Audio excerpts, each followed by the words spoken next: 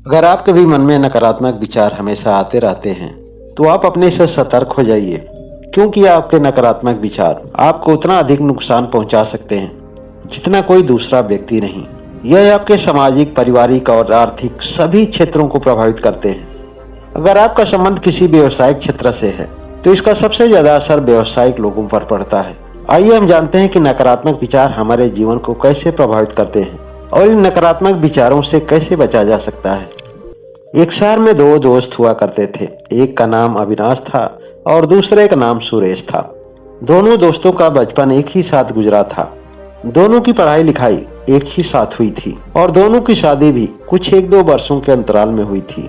अविनाश बचपन से ही अपने जीवन के प्रति कभी सीरियस नहीं हुआ था, लेकिन उसके मन में एक विचार जरूर आता था कि वह जीवन में नौकरी करे तो कोई अच्छी नौकरी करे और यदि व्यवसाय करे तो कोई अच्छा व्यवसाय करे। शुरू में तो उसका झुकाव नौकरी की तरफ था, लेकिन शादी होने से पहले उसका पूरा झुकाव व्यवसाय की तरफ चला गया। लेकिन व्यवसाय के नाम पर अविनाश को ना किसी का मानसिक सहयोग मिला और ना ही किसी का आर्थिक सहयोग मिला, लेकिन उसके मन में एक अलग सा जुनून था। उत्साह से भरा हुआ वह नौजवान अपना व्यवसायिक सफर अकेले ही शुरू कर दिया। अविनाश के व्यवसाय के संबंध में किसी और को जानकारी तो नहीं थी, लेकिन सुरेश को काफी हद तक अविनाश के बारे में जानकारी मिल गई थी। अविनाश केवल यही चाहता था कि जब तक वह व्यवसाय में सफल न हो वह तब तक किसी दूसरे से अपने व्यवसाय के बारे में शेयर न करे। उसके बावजूद भी सुरेश को जानकारी हो चुकी थी और सुरेश अविनाश से मिलकर व्यवसाय करना चाहता था। सुरेश ने अपने विचारों को अविनाश के सामने रखा और दोनों लोग एक साथ एक ही व्यवसाय करने लगे। भौतिकवादी नजरिए होने की वजह से सुरेश की सभी आमदनी हर दिन खर्च हो जाया करती थी, बल्कि वह माइनस में रहा करता था।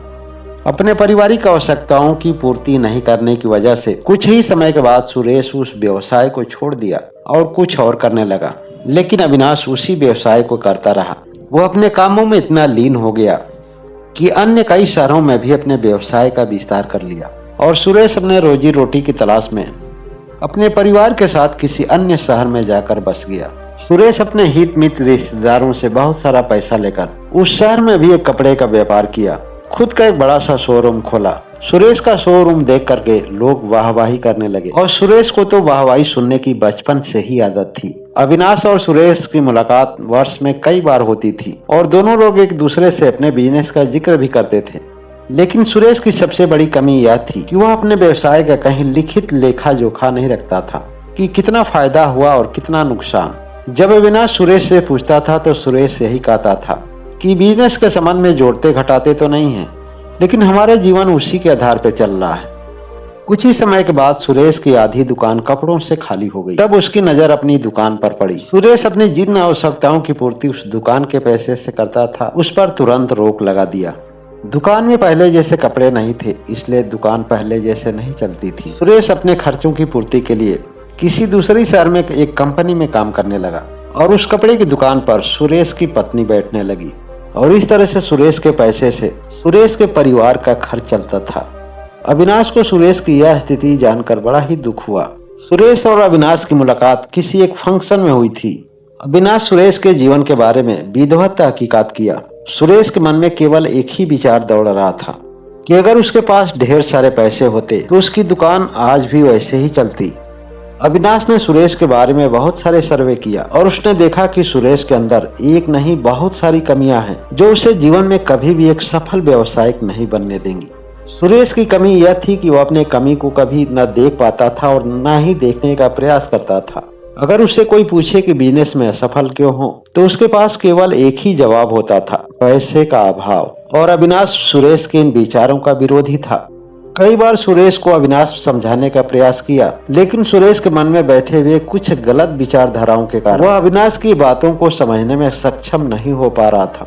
वर्षों से लगातार परास्त होने के बावजूद भी सुरेश दूसरे की सुनता तो था, लेकिन दूसरे की कभी मानता नहीं था। खुद की असफलता के कारण, खुद की समस्याओं के कारण अपने घर परिवार, हित मित्र और पूरे समाज को दोषी करार देने लगा था। सुरेश के विचारों पर नकारात्मकता पूरी तरफ से हावी हो चुकी थी। सुरेश अपने आप को धीरे धीरे सभी सामाजिक संबंधों से अलग कर लिया, जिसका कुछ ठोस कारण भी था। सुरेश ने अपने जीवन में अपने घर परिवार के कई लोगों को अपना शारीरिक और मानसिक योगदान करके उन्हें एक जीवन का सफल इंसान बनाया था और वही लोग सुरेश से मुंह मोड़ लिए थे। जिसकी वजह से सुरेश के मन में बहुत सारे नकारात्मक विचार आ गए थे। सुरेश के नकारात्मक विचार किसी और लोगों का कोई नुकसान तो नहीं पहुंचा पा रहे थे, लेकिन सुरेश के पारिवारिक, सामाजिक और आर्थिक जीवन पर उन विचारों का बहुत ही बड़ा प्रभाव था। सुरेश अपनी कंपनी के काम से किसी दिन अविनाश के शहर में आता है। अविनाश के यहाँ 1-2 दिन ठहरता भी है। अविनाश की जीवन शैली देखकर वह बहुत ही प्रभावित होता है। अविनाश के पास तो कोई काम ही नहीं दिख रहा था और वह बहुत ज्यादा खुशहाल दिख रहा था, मानो उसके जीवन में किसी तरह का कोई अभाव न हो। अविनाश बिल्कुल संतुष्ट और संतुलित जीवन जी रहा था। सुरेश ने इसका रहस्य पूछा। अविनाश पहले से ही जानता था कि सुरेश सुनेगा, लेकिन उसको मानेगा नहीं। इसलिए अविनाश सुरेश को एक बौद्ध भिक्षु के आश्रम पर लेकर जाता है। सुरेश और अविनाश दोनों ही बौद्ध भिक्षु को प्रणाम करते हैं और बौद्ध भिक्षु उन्हें खुश रहने का आशीर्वाद देते हैं। दोनों लोग बौद्ध भिक्षु के सामने बैठ जाते हैं। सबसे पहले बौद्ध भिक्षु सुरेश को इशारे से अपने पास बुलाते हैं और सुरेश से पूछते हैं कि मेरे बगल में क्या रखा है। सुरेश कहता है कि गुरुदेव, आपके बगल में एक गिलास रखी हुई है और पानी की वह गिलास आधी खाली है। बौद्ध भिक्षु सुरेश से अपने स्थान पर बैठ जाने को कहते हैं। अब इशारे से अविनाश को अपने पास बुलाते हैं और अविनाश से पूछते हैं कि मेरे बगल में तुम्हें क्या दिख रहा है। अविनाश मुस्कुराते हुए कहता है कि गुरुदेव, इस गिलास में तो आधा पानी पहले से ही भरा हुआ है। बौद्ध महात्मा अविनाश को भी अपने स्थान पर बैठ जाने को कहते हैं। गुरुदेव के कहने से अविनाश अपने स्थान पर बैठ जाता है। बौद्ध गुरु दोनों के चेहरे को ध्यान से देखते हैं और आकलन कर लेते हैं कि अविनाश के मन में कोई प्रश्न नहीं था।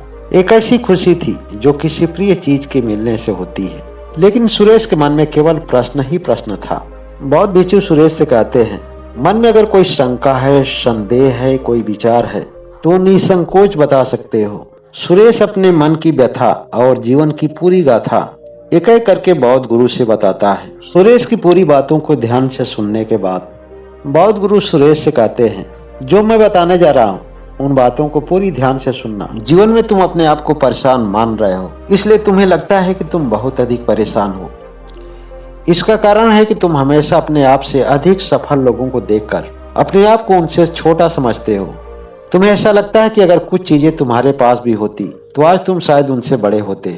ऐसे लोगों की आर्थिक बराबरी करना केवल मूर्खता हो सकती है। हाँ, ऐसे लोगों से तुम कर्मों की प्रेरणा जरूर ले सकते हो, लेकिन अगर आर्थिक लेवल पर उनकी बराबरी करोगे, उन्हीं तरह की जीवन जीने की शैली अपनाओगे, तो आर्थिक असमानता की वजह से हमेशा परेशान रहोगे।